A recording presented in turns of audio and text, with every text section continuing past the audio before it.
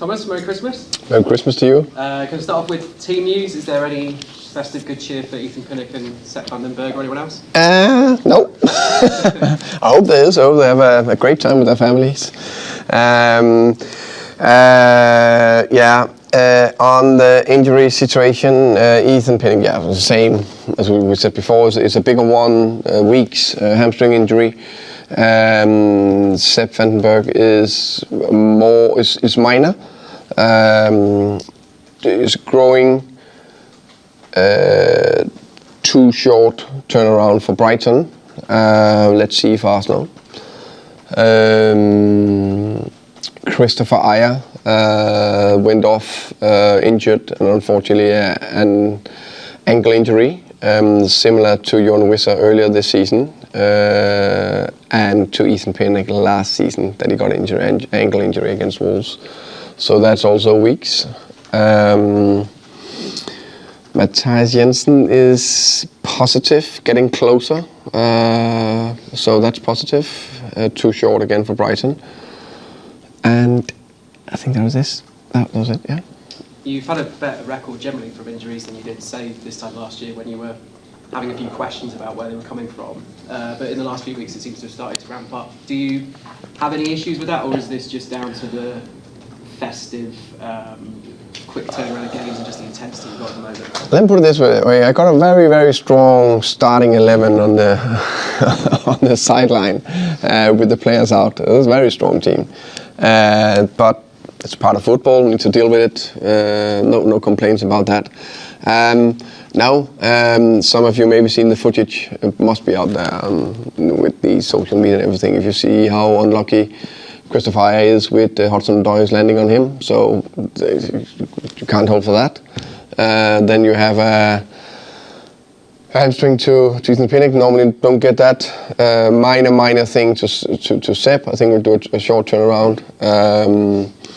So yeah, I think the rest is. I think we've just been unlucky with injuries. Again, I think the pattern we need to look into is if there is too many hamstring or soft tissue injuries, then that can be an issue. Is there something we do better, training differently, all that? But all that is good. So it's the big thing is how do we turn them around quick, and that's what we're working on. I want to ask you about Mikael Damsgaard. Really drove you forward from midfield against Nottingham Forest, and that seems to continue the positive season that he's having. Something seems to have clicked for him this season. What's changed in your point of view? Finally starting to listen to me. No, jokes aside. I thought, but you don't really say that too much when you lose, unfortunately. I probably should have said I thought he was man of the match. Saturday against Nottingham Forest. I thought also he was the best player on the pitch. What I liked very much from his game against Nottingham was that he would give me the ball, I'll make sure things happen, creative things, dangerous, just very, very positive and creative. So really happy with that. And I agree with you, it seems like things have been clicking more this season for him for various reasons. The first season he was here was after a year he was out, a whole year was out. So normally you say it takes a year to get back on top, which it did, to be up to everything physical, everything firing. And then he started the next season okay well in the pre-season, got an injury, out 4 months, so it took time again to get up to pace. And now, because he's also been built the last 2 years in terms of the gym, physicality, all that, now he's just in a good place. Played a lot of minutes, confidence, and now we all see what a good player we hoped we signed. And now it's just to ask for more. With how impressive your unbeaten home run was, and a lot of noise about it from outside the club as well, did you sense that Saturday just felt like a normal defeat, or did you have to pick up the players a little bit more? Was a little bit more deflation? I think it was a little bit. It's nice to have a unbeaten record at home, or in general, of course, but at home we've been so good. So I think it was that it hurt a bit more. Just hurt a bit more. Also, because I actually think we performed good, not through the roof, but performed good. Got into a lot of dangerous situations without having enough cutting edge on the day to create even more chances. Also played against a good team.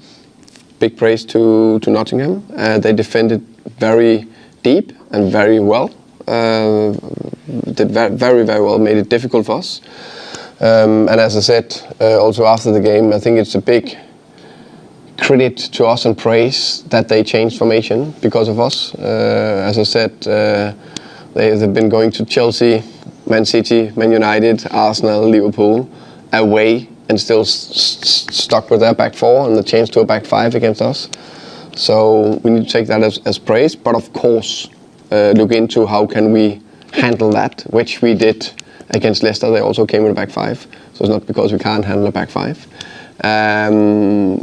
And then again, when I look back on the game, after the game you always a little bit your feeling and you've gone, I've seen it and all that. After looking back in more detail, for me this was a game that if we played the same game again, it could easily have been us who won 1-0. And then everyone was saying, oh, well done, it's not easy to play against Nottingham. But unfortunately we didn't on the day. It's getting to the time of year when the January questions start. I want to talk specifically about fullbacks because it's been over a year since either Rico, Henry or Aaron particularly have been able to play for you. Is it getting to a point where you need to think about addressing that with a new signing or two? I would say we always look into the transfer window, always look into if we can strengthen us. Is there any position we need to be better in? And of course you have a valid question there in terms of fullbacks. I think the players who have played there for us this season have done well. Both Keane Potter, Christopher, Mads Worslev, Sepp Vandenberg. Of course we would like to have Rico and Hickey back as soon as possible, but right now they're not. So we showed last year we're definitely not afraid of getting a lone player in, like we did with Reguilon. So maybe we do that again, but it's not like I'm sitting here and saying we definitely will do that. That depends on the next weeks. Is the situation the same? Is it better? Yeah. So. Does that mean you wouldn't be particularly unhappy if the situation stayed as it was personnel-wise? Right now, not be too unhappy, but of course things can change in the next 3 or 4 weeks. Now, turning to Brighton, they've won only 2 of their last 7 home games. Southampton got their only away point this season at the Amex. Does it feel like a bit of a chance to turn your away form around, having lost the first game? I think every away game is a chance to turn the away form into our fortune or advantage. But yeah, Brighton is we go there, always will believe that we can win. Always believe we can win. That said, Brighton is a strong team. I think Fabian Hüsseler have done a good job. They got a very good squad, more or less fully firing squad available. They have so many threats going forward. So I expect them a difficult game. Seems like Mitoma is picking his form again. Pedro, we know. Ruta, I think, is a top player. Balepa, I think, is an excellent midfielder. Excellent midfielder. He will go to one of the bigger clubs in the future, no doubt about that. So it's a strong team, but we believe ourselves, and we need to go there and believe that we can win.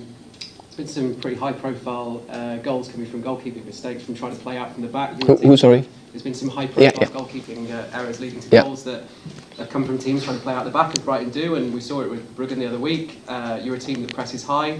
Is this going to be something that you're trying to highlight to your players before the game? You're right, we are a team that's pressing high, and we will press on goal kicks. I'm pretty sure that Fabian, he knows that if he analyses as well, so there's no new change there. They'll probably also do what they can to find a solution to play short in a different way or whatever. Yeah, we will, when we can, we'll press high.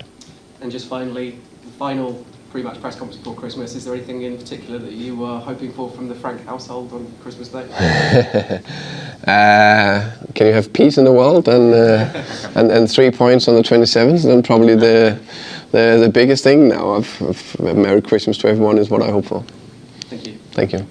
Yeah. Good to see you again. Good to see you again. I think fifth time this week we're Yeah. always enjoyable. Just like my colleague mentioned about the Christmas tradition, being a Premier League manager, it's a very special job. How do you combine a Christmas Day routine with your family and working and looking after the agenda and the responsibilities of managing a football club during the festive season? How do you combine it? Yeah, it is, of course, it's tricky.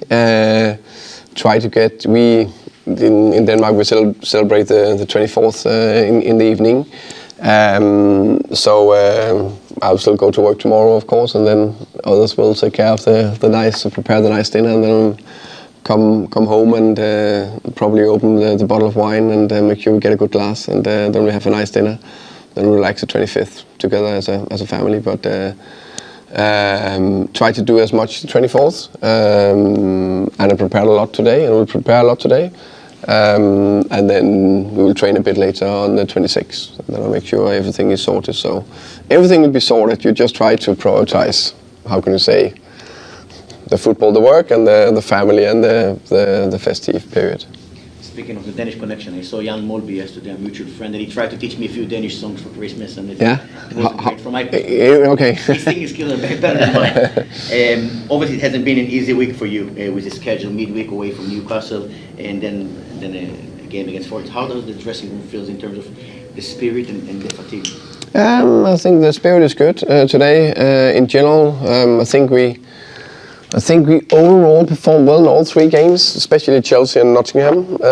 Could I ask a bit more from the team, only because I have got so big, how can you say, expectations, and I think we're good. Let's expect a little bit more from the Newcastle game, but generally they are in a good place. Irritated that we didn't get anything out of the Nottingham game, but besides that we go again, and as I say many times, 24 hours, that means it was around 5 p.m. Sunday, boom, we move forward and do what we can to prepare well for Brighton.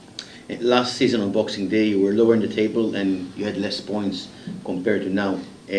Despite the injuries you're dealing with, how would you assess the progress comparing last year where you were and where you are now? I think we talked about, I can't remember how many games we played, 16, yeah.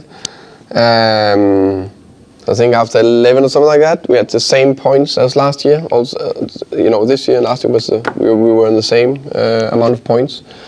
And then the injuries hit us a bit earlier last time. Hopefully, it's just a short period with many injuries, because injuries is part of the game, unfortunately. I think we are in a better place. I think we have seen some better offensive performances and more consistent offensive performances, and we got, touch wood, our key players still available. Last year at this point, the camp was similar time at Brighton or something like that. I think we lost Brian that game, so touch wood, we will not do that again. But we still have Kevin, we have Damsgaard fully firing, so we are, I would say, in a good place. Of course, still need to look into to defend better in spells, but in general I think we're in a good place. And can I please ask you about Danny Welbeck? He might be back on the 27th. That was the injury recently. He's been very good for Brighton this season. How much of a risk he can be on the 27th? But Danny Welbeck is a fantastic player. It seems like he is, as you say, like good red wine. Is getting better with age. Seems like he found another level, another inspiration. So confident, so composed in the finishing moment, find good position in the box, link up well, great presence. Yeah, I think he's doing well. And perhaps surprisingly, if you look at the top half of the table, Brighton managed to get more positive results against those teams, against Spurs and Man City, of course, and Arsenal. And they struggle more against teams that are in the lower part of the table. Could that be an advantage this week? Hopefully. I actually haven't looked into that. If I'm honest, I didn't know that. We just looked at Brighton, and they look like a good team with a lot of threats everywhere on the pitch. But yeah, we'll go there and believe that we can get something. Merry Christmas. Thank you. Thank you. Likewise. Anyone else before we go under embargo? Sam, do you go? Sure. Hi, Thomas. Hi, Sam. I just wanted to start. Roslev, that was precaution, wasn't it? So Yeah, precaution. Yeah, he's ready again. Yeah. And then Thiago, is there any sort of update on? It's still that joint infection. I don't know exactly a time frame, but weeks. Sure. And then I wanted to get onto Brighton's wingers. I think we sort of talked about this before, but it's the Yeah. best that they have. I mean, Yeah. we're talking Matoma, Dingra, we're talking Minter as well, and I wondered if you could sort of evaluate what each top player brings, because they haven't been able to settle on an 11 and who they play from when. I think all three of them are very good, very, very good. All three of them got pace, 1v1 skill, high skill set, can go both ways, produce crosses, shots, and also very good at running in behind.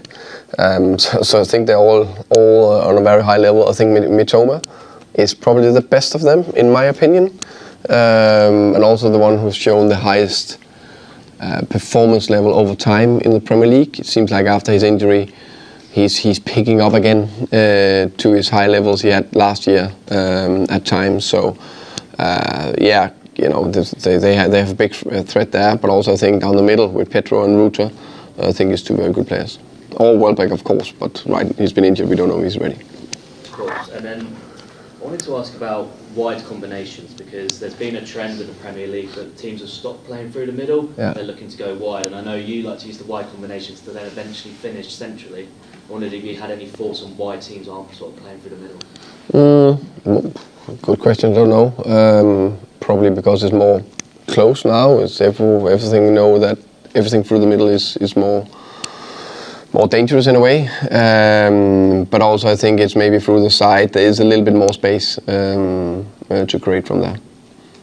And when you talk to, say, your fullbacks, so Lewis Potter is quite key in these sort of instances.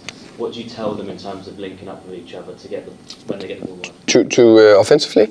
Yes. Yeah. It's a couple. Of course, we work on different few combinations, but also we like to produce crosses. So that can be 1v1, or you can commit players, combine 1-2, or you can soft set and then you can cross first time. So that depends a little bit, on the opponent and who we have on the pitch.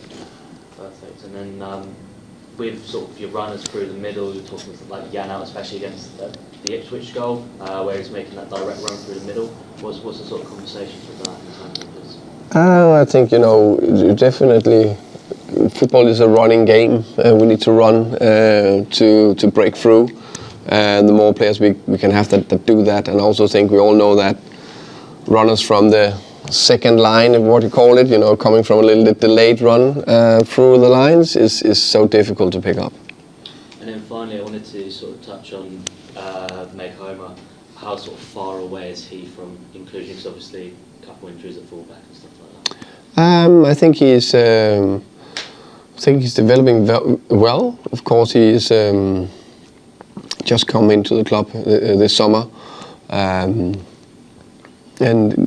he's in a fine place. Probably just need a bit more to really compete this moment in time. But he's not far away, and sometimes we never know before we put them out there. So I'm pleased with how he does on the training pitch. Perfect. Thank you very much. Welcome.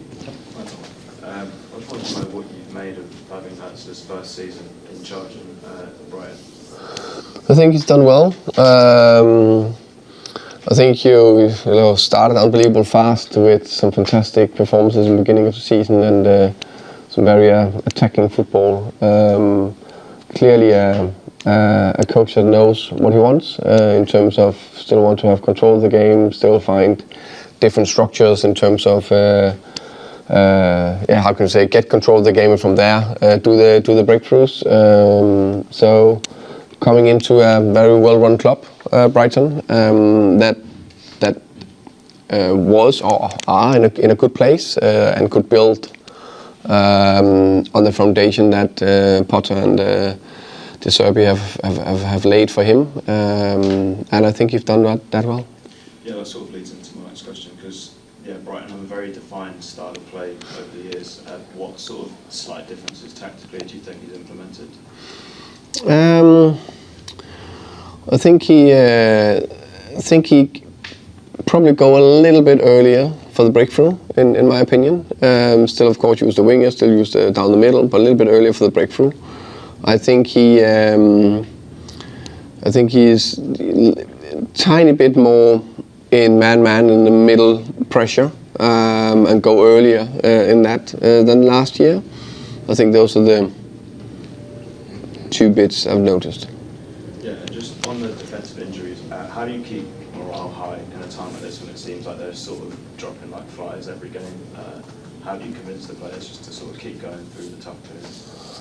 I think I could don't talk about it, if I'm honest, because it is what it is. The players know it is what it is. There's players that will get an opportunity to play, so they are quite happy. I know it's part of the game. It will bring me nowhere or the team nowhere if I'm, speak too much about it or feeling sorry about it. It is what it is. Another player will step in. We've got good players in the squad. Move on. Keep going. Do you think you'll have to change how you play slightly with the amount of defensive injuries? No, not really. Yeah. Before you sort of spoke about how you think the authorities aren't willing to help when it's a short turnaround. Do you think the lack of a winter break this year is part of that? So we don't have a winter break because of that. We what? So, like in the last 4 or 5 seasons, there's been a 2-week break in the middle of the season, but they've taken that out this year. Do you think that's sort of having an impact on the number of injuries and sort of the short turnaround performances?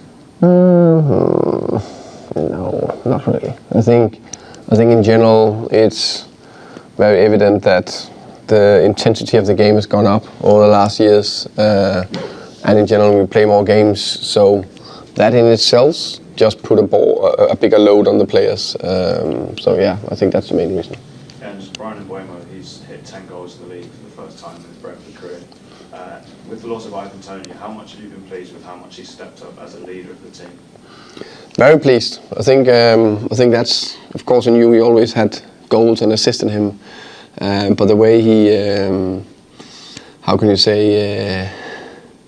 have taken the next step as a key player, always been a key player for us, but there's a bigger presence, there's a bigger leadership, communication in him. I think I actually said that to him after the Nottingham game. I think he was very not only lively but also visible in terms of how he encouraged his teammates, how he wanted the ball, how he wanted to make things happen.